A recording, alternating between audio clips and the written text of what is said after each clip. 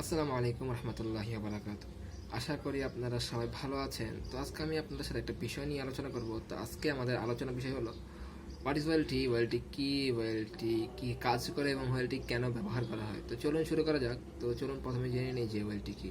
তো ওয়েলটি হলো optical line terminal.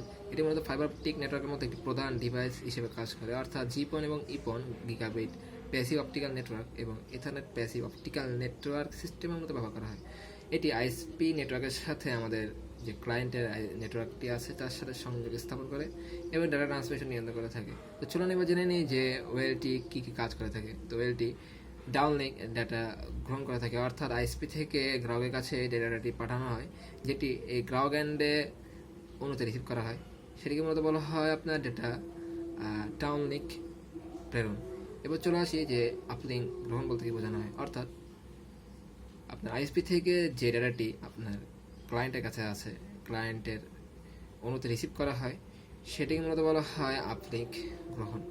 এরপর চলে আসে ব্যান্ডউইথ ম্যানেজমেন্ট, অর্থাৎ ব্যান্ডউইথের মাধ্যমে গ্রাহকদের মধ্যে ব্যান্ডউইথ ভাগাভাগি করে দেওয়া হয়। এর ফলে ব্যান্ডউইথ নিয়ন্ত্রণ করা যায় আর ব্যান্ডউইথ অপচয় রোধ হয়।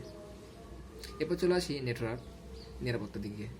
তো নেটওয়ার্ক নিরাপত্তা কীভাবে দিয়ে থাকে, ডাটা এনক্রিপশন এবং অনুমোদনের মাধ্যমে বা যাকে বলা হয় আইডেন্টিফিকেশনের মাধ্যমে নেটওয়ার্ক নিরাপত্তা দিয়ে থাকে। তো চলুন এরপর যে আমরা জেনে নিই যে ওয়েলটি কেন ব্যবহার করা হয়। তো হাই স্পিড ইন্টারনেটের ক্ষেত্রে মূলত ওয়েলটি ব্যবহার করা হয়। দীর্ঘ দূরত্বে ডেটা ট্রান্সমিশনের ক্ষেত্রে মূলত ওয়েলটি ব্যবহার করা হয়। নেটওয়ার্ক ম্যানেজমেন্টের ক্ষেত্রে এটি ব্যবহার করা হয় এবং এটি ব্যয় সাশ্রয় করে থাকে। তো আশা করি আজকে আমি যে যে বিষয়গুলো নিয়ে আলোচনা করেছি সেই বিষয়গুলো সংক্ষেপে করেছি আর আপনাদেরকে বোধগম্যভাবে করেছি।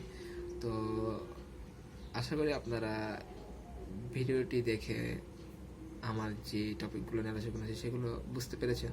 তো আজকের জন্য এতটুকুই, ধন্যবাদ।